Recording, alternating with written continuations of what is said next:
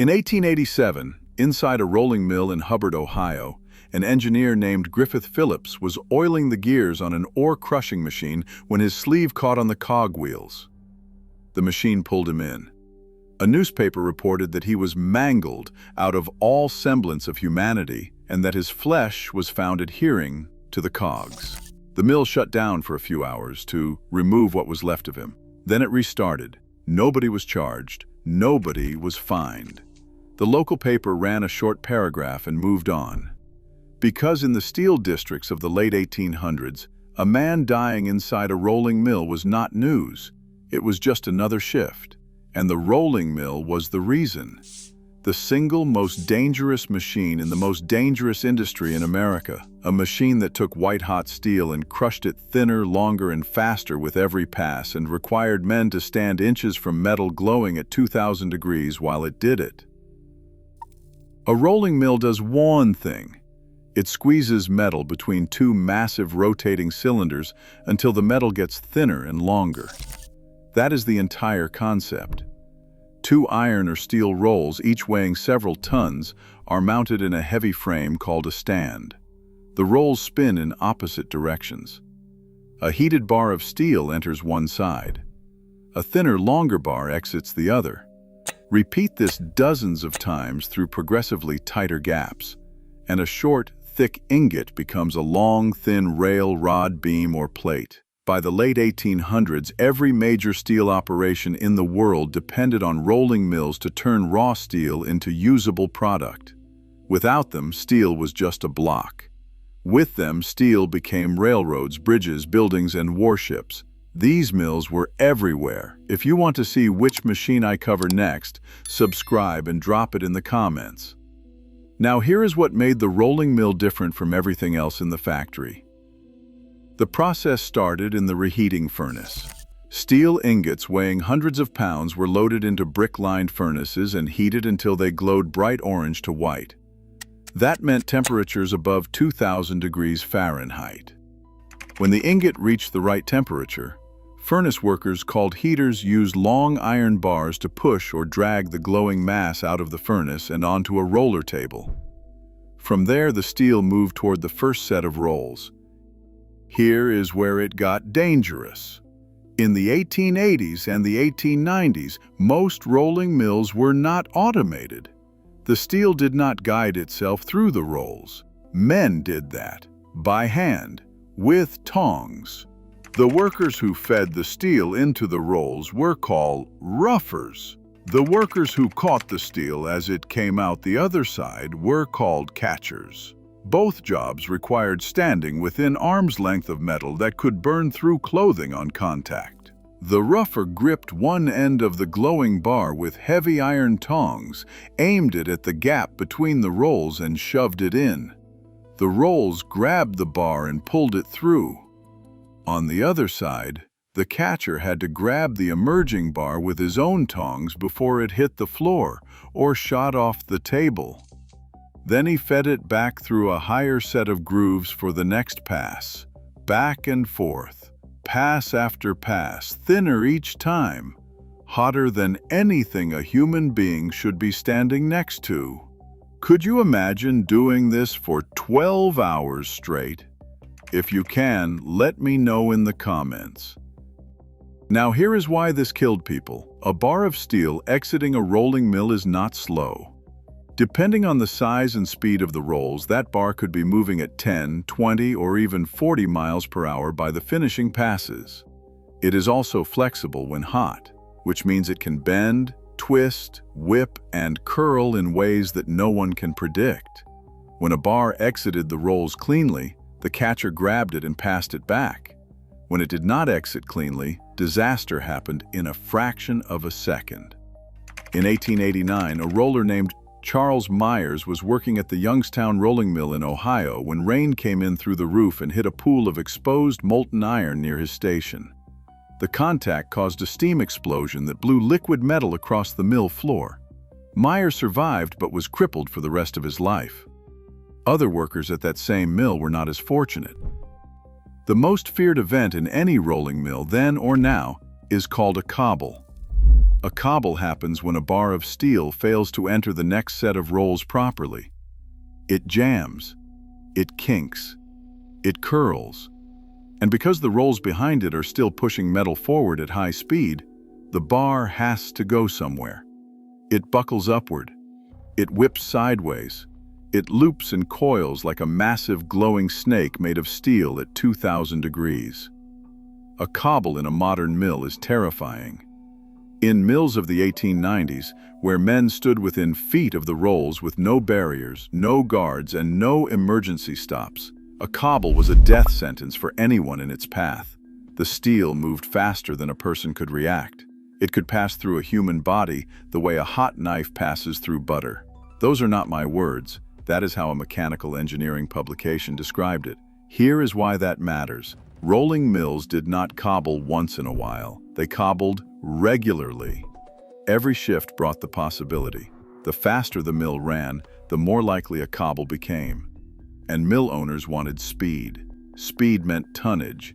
Tonnage meant profit. So the rolls spun faster. The passes came quicker. And the men standing between the machinery had less time to react each year. Let me tell you about the working conditions. In Pittsburgh in the late 1800s, steel mills operated 24 hours a day, 7 days a week. Workers pulled 12-hour shifts. Day shift ran from 6 in the morning to 6 at night.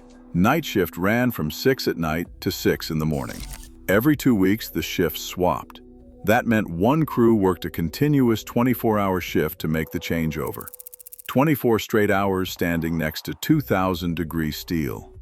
The heat near the rolls was so intense that men soaked their clothes in water before their shifts.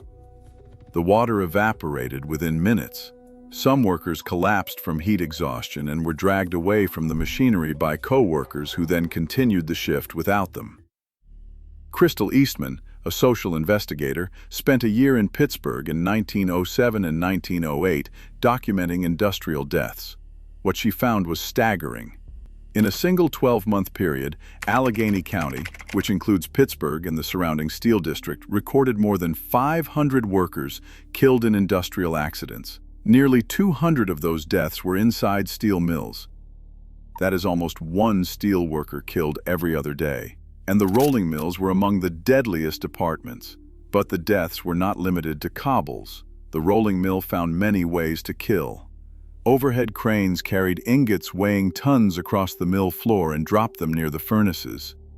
If a chain failed or a load shifted, the ingot fell on whoever was beneath it. The roller tables that moved steel between stands were unguarded. A worker who stumbled near a table could be caught between the rollers and the hot bar. The gearing that drove the rolls was exposed.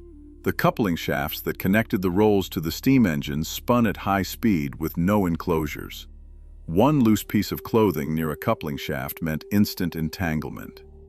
And then there was the scale. As steel is heated and rolled, its surface oxidizes and forms a layer of hard, brittle flakes called mill scale. This scale builds up on the floor around the rolling stands. When a hot bar passes through the rolls, the pressure blasts the scale off the surface in a shower of tiny, red-hot fragments. These fragments flew through the air constantly. Workers breathed them in. They landed on exposed skin. They collected in boots and gloves. Burns from scale were so common that workers stopped reporting them.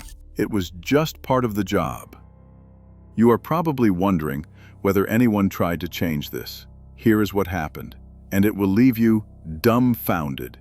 In 1892, workers at Carnegie's Homestead Steelworks near Pittsburgh went on strike. Among their demands were shorter hours and safer conditions. The company's response was to hire 300 Pinkerton agents armed with rifles. A battle broke out on the banks of the Monongahela River. 7 workers and 3 Pinkertons were killed. The state governor sent in 8,000 National Guard troops. The strike was broken.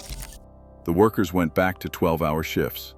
Conditions did not change. For the next 2 decades, steel companies resisted every attempt at regulation. When workers were killed, companies classified the deaths as the result of carelessness. The legal system supported this. Under the fellow servant doctrine, If a co-worker's action contributed to your injury, the company bore no liability. Under the assumption of risk doctrine, if you took the job knowing it was dangerous, the company bore no liability. Under the contributory negligence doctrine, if you were even partially at fault, the company bore no liability. These three legal defenses meant that families of killed workers almost never received compensation. A survey around 1900 found that only about half of fatally injured workers' families recovered anything at all. And those who did received an average payout equal to about half a year's wages. Deaths in the mill meant money lost. Not because the companies cared about the workers, but because dead men could not run the rolls, and training replacements took time. By the early 1900s, major steel corporations began implementing basic safety measures, not out of conscience but out of economic calculation. United States Steel Corporation started tracking accident data in 1906. They found that rolling mill departments consistently ranked among the highest in injuries and fatalities. Guards were added to some coupling shafts, and barrier walls were built near some roll stands. But the fundamental problem remained. Men still stood next to the rolls. Men still caught hot steel with tongs. Men still worked 12-hour shifts in heat that could kill by itself. The first Bureau of Labor Statistics report on the steel industry was published in 1912. It documented injury rates across departments. The data confirmed what everyone already knew. The rolling mills were among the most dangerous workplaces in the most dangerous industry, in the most dangerous industrial country in the world. At the time, approximately 35,000 American workers were killed on the job every year. Steel mills accounted for a disproportionate share. In Pittsburgh during the 1880s, fatal accidents in steel mills accounted for 20% of all male deaths in the city. The rolling mill did not become safe because owners decided to protect their workers. It became safe because the workers were eventually replaced. Mechanization and automation gradually eliminated the ruffers and catchers. Driven roller tables replaced hand feeding. Mechanical guides replaced human aim.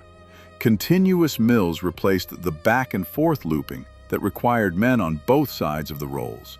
By the mid-20th century, most workers in rolling mills operated from enclosed control rooms called pulpits, positioned above and away from the roll line. But even pulpits were not always safe. As recently as September 2025, a cobble sent a 4-inch thick transfer bar through a pulpit wall at a rolling mill, destroying the control station. Nobody was killed in that incident, but the steel did not care who was inside. The rolling mill taught the same lesson that every other machine in this era taught. That profit determined safety. That workers were cheaper than guards. That laws protected companies, not the men who ran their equipment. And that the only thing more dangerous than a machine designed to crush steel is a system designed to crush the people who complained about it. In Allegheny County alone, between 1906 and 1907, 195 men were killed inside steel mills. Crystal Eastman documented their names, their ages, their families. She found that 70% of the dead were skilled workers in the prime of their working lives. 60% had not yet reached middle age. They left behind wives, children, and parents who received little to nothing from the companies that employed them. No wonder the streets of Pittsburgh are sad, Eastman wrote. The rolling mill still exists. Modern versions are faster, larger, and more automated than anything the 1890s could have imagined. But cobbles still happen. Hot steel still whips and coils when something goes wrong.